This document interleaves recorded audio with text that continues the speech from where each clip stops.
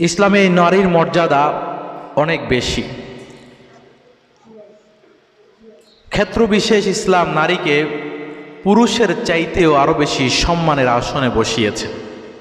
যেমন রব্বে কারিম মা হিসাবে নারীকে যতটা সম্মান দিয়েছেন, বাবা হিসাবে কোনো পুরুষকে এত বেশি সম্মানিত করেননি। সম্মান দিতে গিয়ে রব্বে কারিম মায়ের পায়ের নিচে জান্নাতটা পর্যন্ত দিয়ে দিয়েছেন। সুবহানাল্লাহ। পৃথিবীতে আদম থেকে শুরু করে কিয়ামত পর্যন্ত যত মানুষ আসবে, সকলের একমাত্র উদ্দেশ্য, লক্ষ্য, টার্গেট হলো দুনিয়াতে সফল হওয়ার সাথে সাথে কাল কিয়ামতের ময়দানে সফল হয়ে জান্নাতে যাওয়া। এই জান্নাত মুমিনের একমাত্র টার্গেট, আর সেই জান্নাতটা রব্বে কারিম রেখে দিয়েছেন মায়ের পায়ের নিচে। সুবহানাল্লাহ। তাহলে যার পায়ের নিচে জান্নাতটা রয়েছে তার সম্মান ইসলাম কত বেশি দিয়েছে এটা দ্বারাই অনুমান করা যায়। যেই ঘরের নারী যত বেশি দিনদার মুত্তাকি, তার অন্তরের ভিতরে যত বেশি রবের ভয় আছে, ইসলামী অনুশাসন যে নারী যত বেশি মানে, ওই ঘরটা তত বেশি শান্তিতে পরিপূর্ণ। বলা যেতে পারে একরকম দুনিয়ার জমিনে এক টুকরা জান্নাত। আর যেই ঘরে নারী উশৃঙ্খল, স্বামীর আদেশ মানে না, স্বামীর কথা মতো চলে না, রব বলেছে পর্দা করার জন্য পর্দা করে না, ঘরের মাঝে নামাজ কায়েম করে না, নামাজ প্রতিষ্ঠা করার চেষ্টা করে না, ওই ঘরটা দুনিয়ার জমিনে জাহান্নামের একটা টুকরার মতো অবস্থা। তাহলে বোঝা যায় পারিবারিক জীবন থেকে শুরু করে প্রতিটি সেক্টরে নারীর অবদান অনস্বীকার্য। সুতরাং নারী সমাজ তারা যদি ভালো হয়ে যায়, দিনের পথে ফিরে আসে, ইসলাম মোতাবেক চলাফেরা করে, তাহলে আমরা মনে করি আমরা একটা ইসলামিক সমাজ পেতে পারি। কারণ একটা সন্তানকে যখন মা গর্ভে ধারণ করেন, তখন থেকে শুরু করে সন্তানটা নিজ পায়ে দাঁড়ানোর আগ পর্যন্ত, নিজে বোঝার আগ পর্যন্ত এই সন্তানের শিক্ষক যিনি থাকেন তিনিই হলেন এই মা। মা তাকে যেই পথে চালাবেন, যেভাবে শিখাবেন, যেভাবে চলতে বলবেন, সন্তানটা ওইভাবেই চলে এবং সন্তানটা ওইভাবে চলতে শিখে। মা যদি সন্তানকে পরিচয় করিয়ে দেয় তোমার রব হলো আল্লাহ, এই সন্তানটা বুদ্ধি হওয়ার পরে, বয়স হওয়ার পরে বুঝতে পারে আমার রব হলো আল্লাহ। আর যার মা হিন্দু, যার মা বিধর্মী, সে সন্তানটা যখন বুঝতে শিখে, সন্তানকে বুঝায় ঈশ্বর ভগবান। এই জন্য বয়স হওয়ার পরে সন্তানও মূর্তি পূজা করে মায়ের সাথে সাথে। বিশ্বনবী বলেন কুল্লু মাউলুদিন ইউলাদু আলাল ফিতরা, প্রত্যেক নবজাতক জন্মগ্রহণ করে ফিতরতের উপরে, ইসলামের উপরে। এই ফিতরতের ব্যাখ্যায় অনেক কথা এসেছে। একটা বর্ণনা এসেছে, মানুষ যখন রূহের জগতে ছিল, রব্বে কারিম মানুষদেরকে সৃষ্টি করার পরে তাদেরকে জিজ্ঞেস করলেন আলাস্তু বিরব্বিকুম, আমি কি তোমাদের রব নয়? সকলে উত্তর দিয়েছিল বালা, অবশ্যই অবশ্যই আপনি আমাদের রব, আপনি আমাদের সৃষ্টিকর্তা, আপনি পালনকর্তা, আপনি ছাড়া আর কেউ আমাদের মালিক খালেক নয়। রবের কাছে সবাই স্বীকারোক্তি দিয়েছিল। একজন নবজাতক যখন দুনিয়ার জমিনে আসে, মুসলমানের ঘরে আসুক আর আলেমের ঘরে আসুক আর হিন্দুর ঘরে আসুক আর ঠাকুরের ঘরে আসুক, যার ঘরেই জন্মগ্রহণ করুক না কেন, দুনিয়ার জমিনে ওই ফিতরতের উপরে আসে। অর্থাৎ তার বিশ্বাস থাকে আমার রব হলো একজন, তিনি কে? আমার রব হলো আল্লাহ, আমি ইবাদত করতে হবে ওই রবের। এই চিন্তা ভাবনার উপরে, এই বিশ্বাসের উপরে সবাই জন্মগ্রহণ করে। তারপরে তার মা বাবা তাকে না ইহুদি বানায়, নাসারা বানায়, তাকে অগ্নি পূজারক বানায়। অর্থাৎ মা যদি ইহুদি থাকে, সন্তানটাও মায়ের সাথে সাথে বাবার সাথে সাথে ইহুদি হয়। মা যেটা করে করে দেখাইছে সন্তান ওইটাই করে। গর্ভে ধারণ করে মা যেটা করেছে, সন্তানও গর্ভে থেকে আসার পরে ওইটাই করে। জন্মের পরে সন্তান দেখলো ছোটবেলা থেকে আমার মা অগ্নি পূজা করে, তো সন্তানটাও মা বাবার চাই থেকে ওই অগ্নি পূজাটাই শিখে। এজন্য বিশ্বনবী বলতেছেন সবাই তো ফিতরাতের উপরেই জন্মগ্রহণ করে, কিন্তু তার মা বাবা তাকে ইউহাউদানিহি আও ইউনাসিরানিহি আও ইউমাজ্জিসানিহি, তাকে ইহুদি বানায়, নাসারা বানায়, অথবা অগ্নিপূজক বানায়। এটা মা বাবার ক্রেডিট। তাহলে যেই সন্তানের মা বাবা ধার্মিক, বিশেষ করে আমি মায়ের কথাই বলছি, সন্তান যখন গর্ভে আসলো তখন থেকে শুরু করে মা যদি ফাহেসা কথা না বলেন, মিথ্যা কথা না বলেন, সব সময় কোরআন তেলাওয়াত করে, সব সময় ইসলামিক বই পড়ে, তেলাওয়াত করে, 5 ওয়াক্ত নামাজ পড়ে, পর্দা করে, ওই সন্তান পেটের ভিতরে থাকা অবস্থায় একটা আসর লাগে। সুতরাং মা যেরকম করে সন্তানটা দুনিয়াতে আসার পরে ওই মায়ের কার্যক্রমগুলোর আসরও তার উপরে থাকে। এজন্য মা হলো একজন আদর্শ সন্তান গড়ার কারিগর। মা যদি ভালো হয় সন্তান ভালো হতে বাধ্য। মা যখন জন্মের পরে সন্তানকে লালন পালন করে, সমাজে অনেক জায়গায় দেখা যায় সন্তানকে যখন দুধ পান করিয়ে ঘুম পাড়ায়, বিভিন্ন ধরনের কিচ্ছা কাহিনী শুনাইয়া, বিভিন্ন ধরনের ছড়া শুনাইয়া তারপরে ঘুম পাড়ায়। আয় আয় সাদ মামা টিপ দিয়ে যায়, আছে না এরকম? অনেক ধরনের বিভিন্ন কিচ্ছা কাহিনী, অলিক কাহিনী। এক ছিল রাজা, তার 3 জন ফজা, বউ ছিল হেদগে। বিভিন্ন ধরনের অলিক ঘটনা কাহিনী শুনাইয়া শুনাইয়া সন্তানদেরকে ঘুম দেয়। মিথ্যা কথা বলে, ভূত আসবে, ঘুম যা।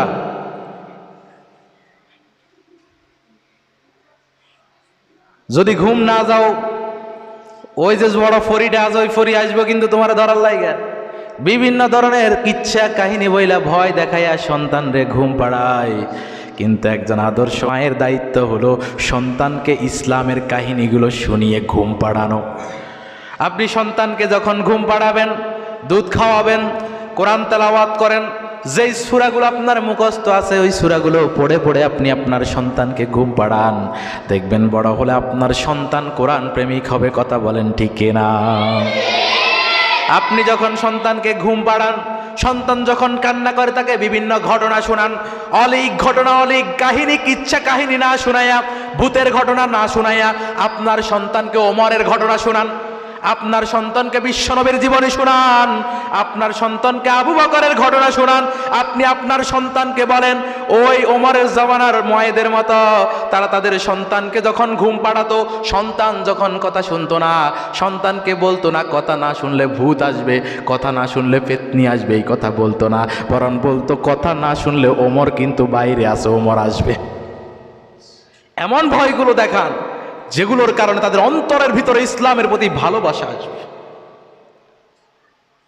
এজন্য বলি, একটা ঘরের মা যদি দিনদার হয়, মুত্তাকি হয়, ওই ঘরটা দুনিয়ার জমিনে একটা জান্নাত। যদি দিনদার হয়, মুত্তাকি হয়, স্বামীর আনুগত্য করে, স্বামীর কথা মতো চলে, ঘরের ভিতরে হয়তো স্বামীর ইনকাম বেশি নাই, টাকা পয়সা বেশি নাই, কিন্তু শান্তি আর রহমত দিয়ে যিনি পরিপূর্ণ করে দিবেন তিনি কে? এমন একজন স্ত্রী ছিল হযরতে মুহাম্মদ মুস্তাফা সাল্লাল্লাহু আলাইহি ওয়াসাল্লামের কন্যা, আদরের দুলালি, জান্নাতের মহিলাদের সরদারনি হযরতে ফাতিমা রাদিয়াল্লাহু তাআলা আনহা। বিশ্বনবী মেয়েকে বিয়ে দিবেন, ঘোষণা করে দিলেন আমার মেয়ে ফাতিমাকে বিবাহ দিব, উপযুক্ত পাত্র কেউ থাকলে যোগাযোগ করো। চতুর্দিক থেকে প্রস্তাব আসা শুরু হয়ে গেল। লক্ষ লক্ষ কোটি কোটি টাকার মালিক রাজা বাদশার সন্তানরা প্রস্তাব পাঠায়, অনেক বড় বড় নেতা লিডাররা প্রস্তাব পাঠায়, কোটি কোটি টাকার মালিক বড় বড় ব্যবসায়ী বিজনেস ম্যাগনেট তারা প্রস্তাব পাঠায়। কিন্তু বিশ্বনবীর কাছে তো টাকা পয়সা দুনিয়ার সুখ শান্তি ম্যাটার করে না, বিশ্বনবী কারো প্রস্তাব গ্রহণ করে না। অবশ্যই কিছু সাহাবী, ওমর উসমান সহকারে কিছু সাহাবী বলল, ও আলী, আমার মনে হয় তুমি যদি প্রস্তাব পাঠাও কাজ হয়েও যাইতে পারে। আলী বলতেছে, কি বলেন আপনি? আমার তো একটা থাকার মতো ঘরও নাই, যেই রুমটাতে থাকি, যেই ঘরটাতে থাকি এটাও বিশ্বনবীর দেয়া, আমার তো থাকার মতো ঘরেরও ব্যবস্থা নাই, বিশ্বনবী কি তার মেয়েকে আমার হাতে তুলে দিবে? কত ধনীর দুলাল এসেছে, কত রাজা বাচ্চা এসেছে, তাদের কাছে তো তিনি নিজের মেয়েটাকে বিবাহ দিলেন না। তারা বলছে, যাও না তুমি একবার গিয়ে দেখো না। জোর করে আলীকে পাঠানো হলো। আলী বিশ্বনবীর কাছে গেছে, কিন্তু ভয়ে কিছু কয় না। কিভাবে কম এটা? বিশ্বনবী জিজ্ঞেস করে, আলী কিছু কি বলবা? আলী শরম পাই, কিছুই কয় না। আমি তো বুঝতে পারছি ঘটনা, কেন আসছ? তুমি কি আমার মেয়েরে বিয়ে করতে চাও? আলী লজ্জায় কয়, দিলে তো করতে চাই। বিশ্বনবী কয়, ঠিক আছে যাও, কিছু না থাকুক তোমার, কিন্তু তোমার তাকওয়ার কাছে, খোদা ভীরুর কাছে, তোমার বীরত্বের কাছে দুনিয়ার সমস্ত টাকা পয়সা ধন দৌলত বাড়ি গাড়ি সব কিছু বাদ, আমি তোমার কাছে আমার মেয়েকে বিবাহ দিতে চাই। বলেন সুবহানাল্লাহ। প্রিয় ভাইয়েরা, আমার কথা মতন বিশ্বনবী আলীর কাছে নিজের আদরের দুলালি, জান্নাতের সর্দারনি হযরতে ফাতিমা রাদিয়াল্লাহু তাআলা আনহাকে বিয়ে দেওয়ার জন্য রাজি হয়ে গেলেন। বিশ্বনবী এবার জিজ্ঞেস করতেছেন, ও আলী, আমার মেয়েকে যে বিয়ে করবা, মোহরানা দেওয়ার মতো কিছু আছে? আলী কই, মোহরানা দিমু যে ওই টাকা কই পামু? নিজে থাকার মতো ঘরটাও তো নাই, একটু আগে যে খাবার খাইছি ওইটা তো আপনার ঘরে খেয়ে আসছি। বিশ্বনবী বলে, তোমার কি কিছুই নাই? আমার শুধু দুইটা জিনিস আছে, একটা হলো এই তরবারি আর একটা হলো এই ঢাল। এই দুইটা জিনিস ছাড়া আমার কাছে দুনিয়ার জমিনে আর কিছুই নাই, আর কোনো সম্পদের মালিক আমি নই। বিশ্বনবী বলল, ঠিক আছে, আর কিছু যেতে নাই? তুমি তো হযরতে আলী আসাদুল্লাহিল গালিব, তোমার তরবারি ছাড়া মানায় না। ঠিক আছে, তরবারিটা রাখো, এই ঢালটা যেটা আছে, ঢাল ছাড়াও যুদ্ধ করা যায়, এই ঢালটা নিয়ে যাও, বাজারে যাও, ঢালটা বিক্রি করে যা পাও ওইটাই মোহরানা হবে। কথা শুনে আলী ঢালটা বিক্রি করার জন্য বাজারের দিকে রওনা দিছেন। যাওয়ার পথে হযরত ওসমানের সাথে দেখা। ওসমান বলতেছে, আলী কই যাও এমন তড়িগড়ি করে? আলী বলতেছে, ও ওসমান, আমি তো এমনি এমনি বিয়ে করতে, মোহরানার প্রয়োজন, মোহরানার টাকা দেওয়ার মতো টাকা নাই। বিশ্বনবী বললেন, এই ঢালটা বিক্রি করার জন্য, যদি বিক্রি করতে পারি ওই টাকা দিয়েই মোহরানা দেব। ওসমান জিজ্ঞেস করে, কত দিবা? চাই আমি কিনো। আলী নির্দিষ্ট দাম বললেন, ওসমান যা বলছে তা দিয়েই কিনে নিছে। টাকা পাওয়ার সঙ্গে সঙ্গে আলী আবার বিশ্বনবীর দরবারের দিকে দৌড়াচ্ছেন। ওসমান পিছন থেকে ডাক দিয়া বলল, ও আলী দাঁড়াও, ঠিক আছে, তোমার কাছ থেকে ঢালটা আমি কিনে নিছি, তুমি তো যুদ্ধের ময়দানে সব সময় যুদ্ধরত অবস্থায় থাকো, ঢাল ছাড়া তো তোমাকে মানায় না। যাও, তুমি যেহেতু বিয়ে করবে, ভাইরা হিসাবে আমার পক্ষ থেকে তোমার বিয়েতে আমি এটা উপহার হিসেবে দিয়ে দিলাম। বলেন সুবহানাল্লাহ। তাহলে ঢালটা কিনে আবার ওইটা কি করছে? ফিরাইয়া দিচ্ছে, তাকে উপহার হিসেবে বিয়েতে হাদিয়া হিসেবে দিয়ে দেওয়া হয়েছে। আলী এবার ঢাল নিয়ে, তরবারি নিয়ে আর টাকা নিয়ে বিশ্বনবীর কাছে ফিরে আসছে। বিশ্বনবী ডাক দিয়ে বললেন, ও আলী, তোমার হাতে দেখি ঢালটা রয়ে গেছে, তুমি কি বিক্রি করতে পারো নাই? কেউ কি ক্রয় করে নাই?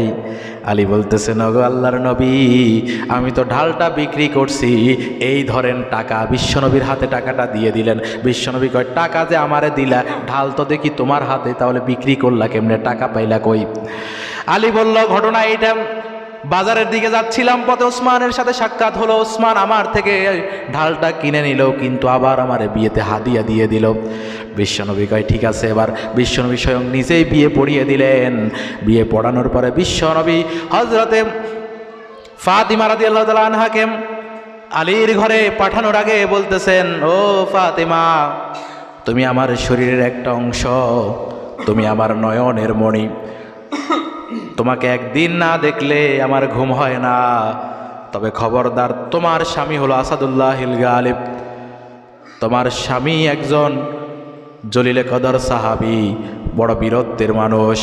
ঘরে যদি দুই বেলা খাবারও না থাকে, যত কিছুই হোক না কেন, খবরদার মৃত্যু পর্যন্ত যাতে করে আলীর ব্যাপারে কোনো অভিযোগ তোমার মুখে আমার কানে না আসে।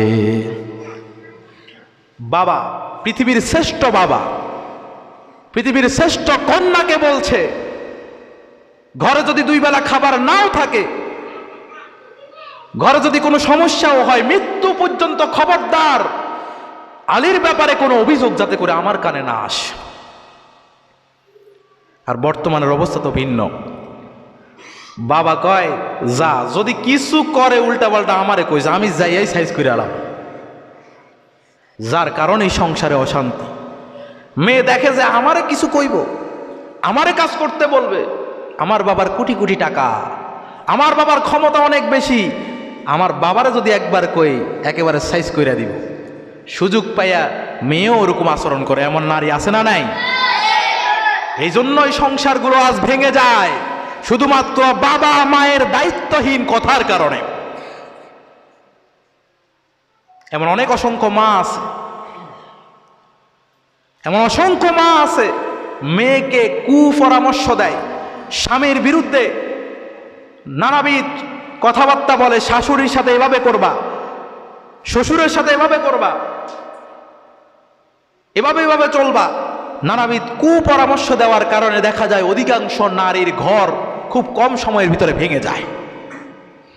অথচ বিশ্বনবী ফাতেমাকে বলতেছেন, ও আমার মা ফাতেমা, খবরদার, আলী হয়তো গরিব, টাকা পয়সা নাই, পকেটে হয়তো টাকা থাকবে না, ঘরে হয়তো খাবার থাকবে না, সন্ধ্যাবেলা সারাদিন কাজ করার পরে ঘরে ফিরবে, তুমি তার সাথে বলবা বাজার নাই, বাজার কেন করো নাই, টাকা নাই, সাইল নাই কেন, আমার লিপস্টিক লাগবো, শাড়ি লাগবো, এই লাগবো, ওই লাগবো, নানাবিধ কথাবার্তা তুমি তোমার স্বামীকে বলবা। এরকমটা যাতে না হয় স্বামীকে একটু বোঝার চেষ্টা করবা। খবরদার, আলীর ব্যাপারে কোনো অভিযোগ করা যাবে না। যেমন বাবা তেমন মেয়ে, স্বামীও সেরকম। আমার ভাইয়েরা, বিশ্বনবীর কন্যা হযরতে ফাতিমা, স্বামী হলো আসাদুল্লাহিল গালিব, স্ত্রী হলো জান্নাতের সরদারনি সাইয়্যিদাতু নিসাই আহলিল জান্নাত, জান্নাতের মহিলাদের সরদারনি। দোনোজনের বিবাহ বন্ধন হয়ে গেল, স্বামীর বাড়িতে চলে গেল, দোনোজন সুখে দুঃখে থাকছে। এমনও সময় গেছে দিনের ভিতরে 3 বেলা খাবার খাইছে, আবার পরের দিন 3 বেলা খাবার পায় নাই, মাত্র 2 বেলা খাইছে, 1 বেলার জন্য খাবার নাই। আবার পরের দিন 1 বেলা খাইছে, 2 বেলার খাবার নাই। এমনও সময় গেছে পুরা দিনের খাবারের ব্যবস্থা নাই। এমনও সময় গেছে 3 দিন পর্যন্ত চুলার ভিতরে আগুন জ্বলে না, ক্ষুধায় অবস্থা খারাপ, কিন্তু তারপরেও স্বামীর ব্যাপারে কোনো অভিযোগ নাই। এমন স্ত্রী যদি হওয়া যায়, আমি বলি ওই ঘরটা আল্লাহ রব্বুল আলামিন রহমত দিয়ে পরিপূর্ণ করে দিবেন। কথা বলেন ঠিক কিনা? বর্তমান মডার্ন নারীরা স্বামীর লক্ষ লক্ষ কোটি কোটি টাকা থাকা সত্ত্বেও স্বামীর সংসারে অশান্তি করে, যত দেয় আরো লাগে, আরো লাগে, আরো লাগে।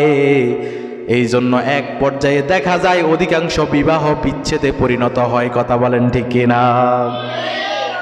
ঘরটা যদি এবার রবের রহমত দিয়ে পরিপূর্ণ করে রাখতে চান, তাহলে হযরতে ফাতিমার মতো জীবন গঠন করেন। স্বামীর ব্যাপারে কোনো অভিযোগ রাখা যাবে না। আবার স্বামীও ওরকম হওয়ার দরকার আছে না নাই? স্বামী, স্ত্রী হচ্ছে ফাতিমার মতো চরিত্রের অধিকারী। স্বামী যদি ডিপজল মার্কা চরিত্রের অধিকারী হয় তাহলে মিলবে? স্বামীও তো আলীর মতো হতে হবে, স্বামীও তো আলীর মতো হওয়া চাই।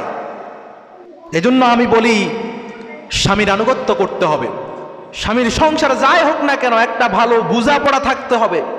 উভয়ের মাঝে যদি সুন্দর একটা মেলবন্ধন থাকে, ভালোবাসার খুনসুটি থাকে, ছোট্ট দুষ্ট মিষ্টি ঝগড়া সংসারে হবেই, কিন্তু সংসার থেকে আল্লাহর রহমত কখনো উঠে যাবে না। স্বামীর যদি আনুগত্য কোনো ব্যক্তি করে, তাহলে বিশ্বনবী বলতেছেন ওই ব্যক্তি যেই দরজা দিয়ে ইচ্ছা সেই দরজা দিয়ে জান্নাতে যেতে পারবে। বলেন সুবহানাল্লাহ। জান্নাতের দরজা হচ্ছে কয়টা? 8টা। এই 8টা দরজার যেই দরজা দিয়ে তার যেতে মন চায়, যেখান দিয়ে ঢুকতে সে স্বাচ্ছন্দ্য বোধ করে, ওই দরজা দিয়ে সেই জান্নাতে প্রবেশ করতে পারবে যদি স্বামীর আনুগত্য সেই করে। কারণ স্বামীর আনুগত্য করা ইসলাম ফরজ করে দিয়েছেন, ফরজ, নফল নয়। এর বাইরে আরেকটা বিষয় হলো পর্দা। আজকে বর্তমান সমাজে আমরা যেটা দেখি সেটা হলো নারীদের মাঝে অনেকে আছে 5 ওয়াক্ত নামাজ পড়ে, অনেকে আছে রমজানের রোজাগুলো ঠিক মতো রাখে, কিন্তু একটা জায়গায় তাদের দুর্বলতা, সেটা হলো পর্দা। ঠিক মতো পর্দা করে না। অথচ রব্বে কারিম বলছেন ওয়ালা তাবাররাজনা তাবাররুজাল জাহিলিয়াতিল উলা, তোমরা জাহিলি যুগের নারীদের মতো রূপ সৌন্দর্য প্রদর্শন করে বাইরে বের হইও না। তোমাদের উপর রব্বে কারিম পর্দাটা ফরজ করে দিয়েছেন। সুতরাং পর্দার সাথে থাকতে হবে। নিজের ছোট্ট সন্তান, মেয়ে সন্তান, ওই সন্তানটাকে বালেগ হওয়ার আগ থেকে পর্দা শিখাতে হবে। আপনি যখন পর্দা করবেন, আপনার সন্তান আপনাকে দেখে পর্দা শিখবে। কিন্তু বড় আফসোসের বিষয় হলো আজ অধিকাংশ নারীরা পর্দা থেকে দূরে রয়েছে, এবং অনেকেও আছে পর্দা করে, এমন পর্দা করছে যেই পর্দা করার চাইতে না করাই ভালো ছিল। পাতলা পোশাক পরে, টাইট ফিট জামা পরে, বোরকা পরে। এখন বোরগার ভিতরেও এত ডিজাইন, যেই বোরগাটা অন্য পুরুষদেরকে আকর্ষণ করে। মূলত বোরগার মানিটা কি? অনেক নারী আছে, অনেক মহিলা এমন আছে, আমরা বোরগার থিমটাই বুঝি না যে বোরগাটা কেন পরা হয়। এই বোরগাটা হলো ঢিলেঢালা এমন একটা পোশাক, যেই পোশাকটা পরিধান করলে আপনার শরীরের অবয়ব অন্য পুরুষ বুঝতে পারবে না। আপনার শরীর কতটুকু মোটা, আপনি কতটুকু চিকন, এটা অন্য লোক বুঝতে পারবে না। এটার জন্যই তো এই বোরগাটার আয়োজন করা হয়। কিন্তু বড় দুর্ভাগ্যের বিষয় হলো অনেক নারী এমন আছে, জাঁকজমকপূর্ণ বিভিন্ন ডিজাইন করা টাইট ফিট বোগরা পরে। তাহলে এই বোগরাটাও একটা ফ্যাশনে পরিণত হয়ে গেছে, যার কারণে আকর্ষিত একটা বোগরা পরার কারণে যেই পুরুষ তাকানোর ইচ্ছা থাকে না, তারও চোখ একবার হইলেও যায়। এই লোকগুলার আমি মনে করি এগুলা পর্দা বোরগা পরেও উলঙ্গর মতো অবস্থা। সুতরাং আমার মা বোনদের প্রতি আমার অনুরোধ রইল, প্রথম বিষয় হচ্ছে স্বামীর আনুগত্য করবেন। 2 নাম্বার বিষয় হলো নিজের সন্তানদেরকে ছোটবেলা থেকেই ইসলামী শিক্ষা দিয়ে অনুশাসন দিয়ে বড় করবেন। 3 নাম্বার হলো নিজেরাও পর্দা করবেন, নিজের সন্তানদেরকেও পর্দা করার জন্য তাগিদ দিবেন। এতটুকু বলে আমি আমার সংক্ষিপ্ত আলোচনা এখানে শেষ করছি। আসসালামু আলাইকুম ওয়া রাহমাতুল্লাহি ওয়া বারাকাতুহু।